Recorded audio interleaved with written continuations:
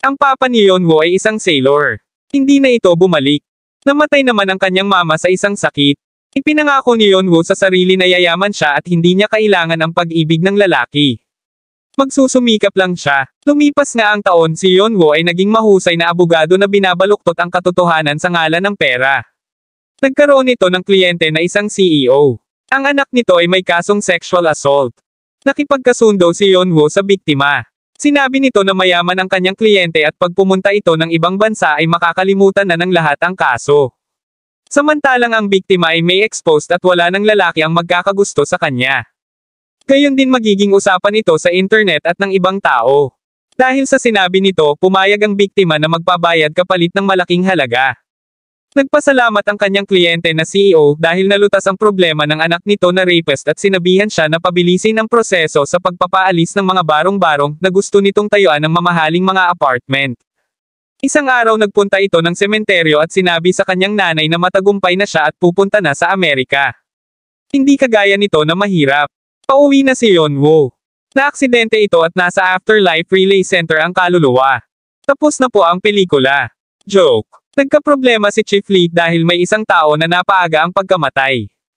Ang ginawa ni Chief Lee ay sinabihan niya si Yeonwoo na mayroong programa para sa mga taong di pa napapanahon ang pagkamatay. Ngunit mabubuhay muna siya sa ibang katauhan. Sa mundo ng mga tao, napatili si Yeonwoo sa nakita nitong refleksyon sa salamin na malayong-malayo sa kanyang katauhan. Lalong lumakas ang tili nito nang pumasok ang isang lalaki na kanyang asawa. Dahil sa kakaibang ikinikilos nito sinabihan siya nito kung sinong artista ang ginagaya nito. Lumabas na ang asawa at napatili na naman siya sa hawak na picture frame na may picture nila mag-asawa. Paglabas ni Yeonwoo ng kwarto tinanong nito kung sino ang batang kumakain sa lamesa na si Kim Hanol. Nagtanong din ito kung sino ang karakter na ginagaya nito. Nagising na din ang isa niyang anak na si Haro. Iniwasan ni Yeonwoo ang yakap nito. Pumasok na si Hanul gayon din ang asawa niya na hindi na nag-almusal dahil di nakapagluto si Yeonwoo. Si Haro naman ay lumapit kay Yeonwoo at nanghihingi ng makakain. Lumabas ang naguguluhan na si Yeonwoo at doon nagsisigaw. Nilapitan siya ni Haro at sinabing ihatid na siya. Nang dumating ang school bus ay aalis na si Yeonwoo nang pigilan ito ng kanyang mga kaibigan para kumuha ng side job. Nagrereklamo si Yeonwoo kung bakit kailangan niyang magtupi ng rolyo. Sumagot ang isa niyang kaibigan na siya ang may gusto na isama siya sa mga racket. Pauwi na sana si Yeonwoo, inaya ito ng mga kaibigan na kumain. Habang kumakain sila, nalaman nito na 18th lang siya nang mabuntis. Naguguluhan si Yeonwoo sa mga nalaman. Nagpaalam ito na pupunta ng CR. Sa CR, di nito matanggal ang kanyang wedding ring nang biglang sumulpat si Chief Lee. Sinabihan siya nito na kung ipagpapatuloy niya ang ginagawa ay papabalikan siya sa taas. Pag-uwi ng bahay, sinabi niya sa sarili na hindi siya papayag sa ganong sitwasyon.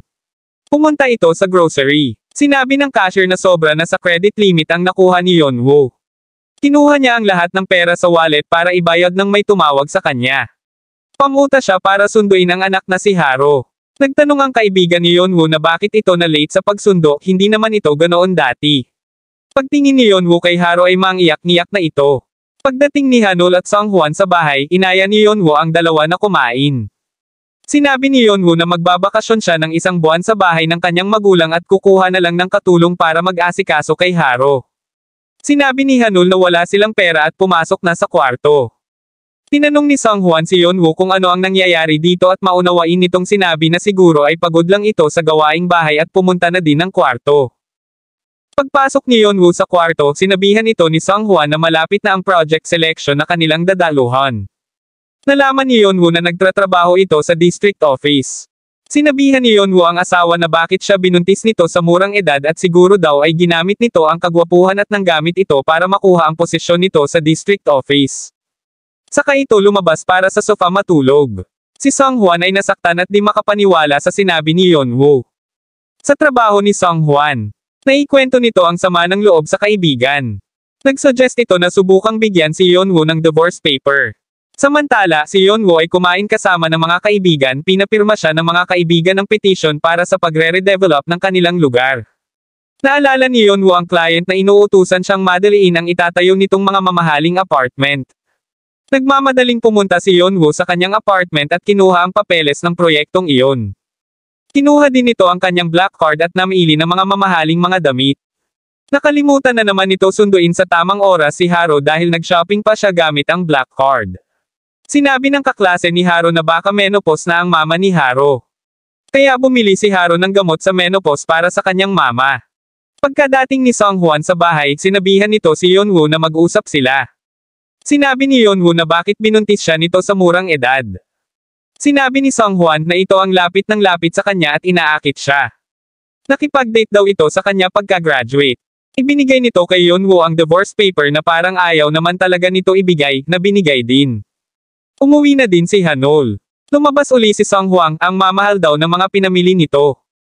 Nang may nag-doorbell at hinahanap si Yeonwoo. Sa police station, ipinagtanggol ni Songhwan ang asawa. Sinabi nito na nagpunta sila sa police station upang makipagtulungan at hindi akusahan. Sinabi din nito na dati silang magkaklase ni Miss Kang kaya ipinahiram nito ang credit card noong may problema siya. Napatunayan naman ng mga pulis na magkaklase nga sila dati. Paglabas ng istasyon tinanong ni Songhwan ang asawa kung may iba itong lalaki. Sumagot si Yeonwoo na hindi siya ganoong klase na babae. Lumapit ito sa kanya at sinabi na naniniwala ito sa kanya sabay hinawakan ito sa ulo. Isang malaking, sana all. Isang araw dumalo ang mag-asawa sa isang pagtitipon para sa project selection. Sinabi ni Yeonwoo na sayang ang pera na pinangpapagawa ng sidewalk ang sidewalks na maayos pa naman. Dapat daw mag-focus sa proyekto na papakinabanggan ng lahat katulad ng noise barrier. Sumang-ayon dito ang chairman ng district office. Dismayado naman si Mr. Choi tungkol doon. Inaaya na ni Songhwan na umuwi sila at nagagalit ito sa mga sinabi ni Yeonwoo. Nagalit si Yeonwoo na dapat magpasalamat ang asawa dahil naiganti at napahiya niya si Mr. Choi. Sinabi ni Songhwan na mataas ang posisyon ni Mr. Choi kaya hindi niya pwede bastyusin. Dumating si Mr. Choi. Sinabihan ito ni Yeonwoo na kaya sidewalk lang ang proyekto nito dahil madami itong makukuhang pera ng bayan. Pinipigilan ito ni Songhwan. Paalis na sila nang sabihan sila ni Mr. Choi na pareho silang walang mga pinag-aralan.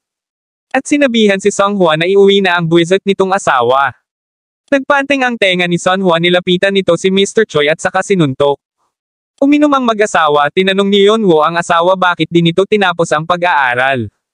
Sinabi ni Songhwan dahil daw sa nabuntis si Yeonwoo at kailangan na niyang magtrabaho. Kailangan nitong gawin ang kanyang responsibilidad. At nangako ito sa sarili na itataya nito ang sariling buhay para maipagtanggol sila. Naantig naman ang damdamin ni Yeonwoo sa sinabi ng asawa. Sinabi ni Yeonwoo na sana ay nagmodelo daw ito.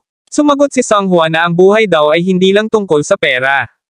Nagtutupi si Yeonwoo ng rolyo, 2 linggo na lang at matatapos na ang kanyang misyon. Dumating si Hanul, dumiretso ito sa kwarto at di siya hinarap. Pumasok si Yeonwoo sa kwarto ni Hanul.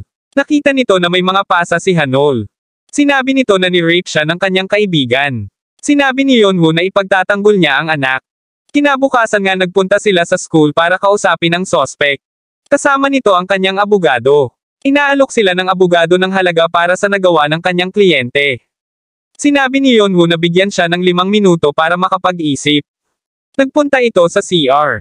Umiyak si Yeonwoo. Naisip nito na nangyari na ito sa kanya dati noong abogado pa siya. Inaalok niya ng pera ang biktima kapalit ng halaga. Na-realize niya ang mga pagkakamali. Nag-usap ang mag-ina, sinabi ni Hanul na tanggapin na lang ang pera dahil mahirap lang sila at madaming utang. Sinabi ni Yeonwoo na lalaban sila kahit mahirap lang sila. Sinabi nga ng abogado na pwedeng mag-abroad ang kanyang kliyente at babalik lang sa normal ang buhay nito at ang anak daw nito ay magiging kaiya-hiya. Nagsasalita ang abogado, si Yeonwoo ay tinitingnan ang kinagat ni Hanul na kamay ng sospek. Sinabi ni Yeonwoo na pag-aaralan niya sa ibang bansa si Hanul. At saka inilabas ang voice recorder. Nagulat ang abogado. Sinabi ni Yeonwoo na sisiraan niya ang sospek sa lahat ng networking sites. Kahit mag-abroad ito, malalaman sa buong mundo na rapist ito. At habang buhay dadalhin ang ginawa nitong kahayupan. Umalis sila Yeonwoo nang magsalita ang sospek. Sinabi nito kung magkano ang gusto nila. At si Hanul naman daw ang may gusto ng nangyari. Nagalit si Yeonwoo, sinabi na hindi masamang babae ang anak niya. Ito ang makapalang mukha. At saka isinubsob ni Yeonwoo ang mukha nito sa sahig at sinabing humingi ito ng tawad sa anak niya. Nag-uusap ang mag-ina, sinabi ni Hanul na pagkasama nito ang ina ay para itong estranghero pero napatunayan na nito na ito ang kanyang mama. Kinabukasan naging masaya ang buong pamilya, nagagawa na ni Yeonwoo ang mga gawain niya at nag-i-spend ng quality time sa mga anak. Biglang nagpakita si Chief Lee sa kanya, sinabi nito na isang linggo na lang at mangyayaro na ang aksidente sa kanya. Sinabi ni Yeonwoo paano na ang mga anak niya. Sumagot si Chief Lee na napamahal na sa kanya ang mga anak niya. Mahalin lang daw nito ang mga anak ng sobra-sobra. Si Songhwan ay inilipat ni Chief Choi ng opisina na nasa probinsya. Dahil sa ginawa nito at ni Yeonwoo noong may project selection. Sinabi ni Songhwan sa asawa ang nangyari. Humingi si Yeonwoo ng paumanhin sa asawa. Sinabi na kasalanan daw nito ang nangyari. Kinausap ni Yeonwoo si Mr. Choi, nakiusap ito kay Mr. Choi na huwag ilipat ang kanyang asawa. Hindi nakinig si Mr. Choi. Paalis na ito nang marinig na tumatawag si Yeonwoo sa HK Construction. Tinanong nito ang kausap sa cellphone kung may nakausap ito na taga-district office para matuloy ang proyekto sa pag-aayos ng sidewalk. Tinanong nito kung kasama sa listahan si Mr. Choi. Si Mr. Choi na napabalik sa upuan ay natakot sa kanya at nagmamadaling umalis. Hindi na nga pinalipat ng office si Songhwan. Ang sumunod na eksena. Nagpunta ng hospital ang mag-asawa dahil nawala ng malay si Haro. Nalaman nila sa doktor na mayroong retinitis pigmentosa si Haro at kailangang operahan. Ngunit may posibilidad na mabulag ang bata. Maaaring namanan ni Haro ang sakit sa kanya. Nag-usap naman si Yeonwoo at si Chief Lee. Umiiyak na sinabi ni Yeonwoo paano naman na sa kanya ang kanyang sakit noong bata pa siya, hindi naman siya ang tunay na ina ni Haro. Pero siya daw ang ina ni Haro. Dumating si Songhwan at sinabihan ito na kailangan nilang maging matatag at gagaling din si Haro. Sinundo na ni Mr. Lee si Yeonwoo ngunit ayaw pa nito sumama dahil gusto pa nito makita na gumising si Haro. At nakiusap kung pwede siyang maging ina nila Haro. Ngunit sinabi ni Mr. Lee na kapag nawala siya ay mawawala din ang sakit ni Haro at pinasakay na ito. Si Yeonwoo ay tumakas, sinabi nito na magpapaalam lang siya sa mga anak. Pinigilan ito ni Mr. Lee. Hindi makatayo si Yeonwoo nang may dumating na sasakyan. Kung hindi pinahinto ni Mr. Lee ang sasakyan ay masasagasaan si Yeonwoo. Pinayagan na din siya ni Mr. Lee na magpaalam sa mga anak. Nagpaalam nga si Yeonwoo kay Hanul at kay Haro na tapos na operahan at gising na. Nagpaalam din ito sa asawa at sinabihang huwag pabayaan ang mga anak nila. Nang magkamalay si Yeonwoo, ay agad itong nagpunta sa ospital at bahay ng mga ito ngunit hindi niya nakita ang mga anak at asawa. Inayos na ni Yeonwoo ang mga nagawa nitong mali sa trabaho. Pinagkatiwala nito ang kaso sa mabait na abogado. Tinanong ng kaibigan nito na ano ang nangyari, hindi daw dating ganon si Yeonwoo. Nagkaroon lang daw siya ng isang magandang panaginip, ani Yeonwoo at umalis na. Sa bahay ni Yeonwoo, inaayos nito ang mga gamit. Nailipat ito sa mas maliit na apartment. Nang may makita itong litrato niya ng kanyang mama, kinuha nito ang litrato na nakatupi. Nagulat si Yeonwoo na kasama nila sa litrato si Mr. Lee, na kanya palang ama, ayon sa sulat na nasa likod ng litrato. Sunod na eksena, nagbakasyon si Yeonwoo sa New Zealand. Sakay ito ng eroplano nang may nagsalita na bata at sinabing uupo ito sa kanyang tabi. Nabanggit ni Yeonwoo ang pangalan ni Haro. Nagtaka naman ang bata kung paano nito nalaman ang kanyang pangalan. Magkakatabi sila ng upuan at nalaman ni Yeonwoo na doon natitira ang dati niyang pamilya na magiging pamilya niya uli. Tapos na po. Marami pong salamat sa panonood.